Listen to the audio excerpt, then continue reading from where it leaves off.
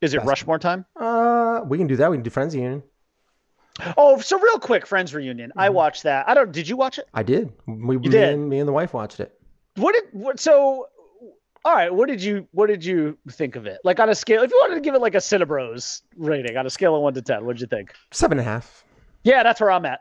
7.5, exactly. Yeah, because there's things in there that I genuinely missed. Like I thought it was good. It seemed a little directed. Like especially at the beginning. Like the direction was like you could tell it was planned the way that they were doing things. But there is a question I want to ask you coming out of it though. And this shocks me. But I want to ask it of you too. So of these 6 characters coming out of this show. I'll be interested. I think I know what you're going to ask me. Who did you like? I'm trying to figure out how to properly phrase this question. Like, who did you end up liking even more? Really, like as a person, as opposed to just the character. Like, actually remove the individual from the character. Who did you come out like having this surprising love for after seeing that reunion special than you did and maybe even a little bit more appreciation for it than you did during the show? I wouldn't say there's a ton either way. I think this whole show, this whole reunion, I think was mostly focused. Like you had Matt LeBlanc in there throwing out funny quips here and there. And, and most of them have gotten plastic surgery done. Like I would say, 2 of the 3 female characters have gotten. Courtney Cox has been completely remolded. Yeah, and Jennifer Aniston has, Jennifer too. Yeah, they've both gotten some work done. And it looks like Lisa Kudrow, I don't think Lisa Kudrow has gotten anything. No, and I thought she looked the best out of all of them. I do too, actually. Yeah, I mean Aniston's still hot, but but Kudrow looked. I know what you mean. Like relatively speaking, looked the best of the 3 because she's aging just let with herself grace and dignity. age. Yeah. But she looked good though. Still. Yes. I would say it's probably either like if I was going to look at what other people are saying, like probably like Phoebe, or Lisa Kudrow, or maybe David Schwimmer. For me, it's Matt LeBlanc. For me, listen, I always loved him during the show because I thought his character was goofy, hilarious. And, I never really loved his character. He was kind of the dumb one of the show, but I loved him in this special. Like he was so nostalgic and very you could tell he really loved doing this. Yeah. Well, he still does. He still tries to do a lot of TV. Yeah. I think they all loved it, but I have such a higher opinion of him after watching this. He seemed to be like the genuine good guy of the bunch. And maybe it's just his personality, because he seems to be sort of a happy-go-lucky kind of person. Yeah. But I walked away from this show with a little bit like a higher level of gratitude and appreciation for him. Yeah. Schwimmer. Yeah. I mean, Schwimmer's very articulate. Yeah. And whatever. Yeah. I never loved Ross. I always kind of thought of him as sort of I feel like his whiny of the bunch. Right. But his character is so, a lot of people dislike Ross. But the problem is if you look back and you go back and start quoting the show, a majority of those quotes are coming from Ross's character. Oh, without a doubt. And they're hilarious. Oh, they are. One of my favorite ones. My sandwich. And then you had, we were on a break. And then we were on a break. And pivot. I even love the pivot. When Aniston, when Rachel says to him, "I'm over you," and he's like, "Over me? When were you ever under me?" Like that's a great quote. I'm sorry, that is a great quote. The holiday armadillo. I mean, come on. Oh, yes. The tan, the two tan, the teeth, the whitening. Yeah. I mean, yeah. the leather pants. These are totally classic characters. They're all classic characters in their own sense, you know? I was always a Chandler guy. I just loved him. I did too. He was just a constant, joke machine, Right. Just right. Just one after another. Because he had so many, they almost get lost in and of themselves because he had so many. Yeah.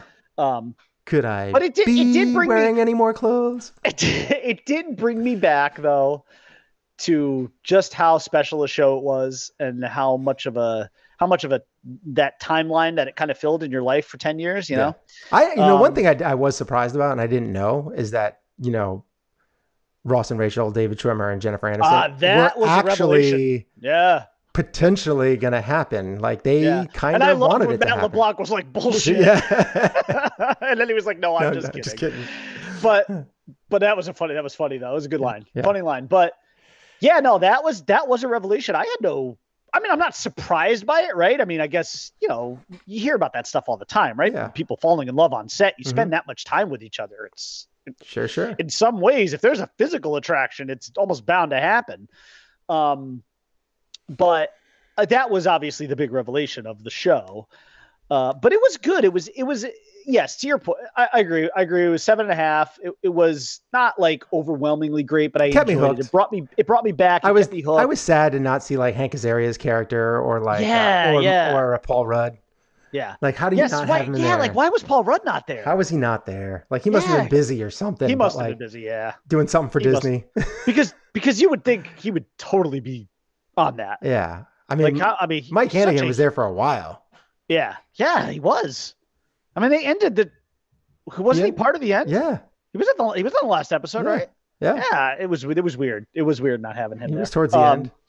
Yep. For sure. But, overall, good show. Really liked it. I don't know that it needed James Corden, but whatever. No, I mean, he can't stand that guy.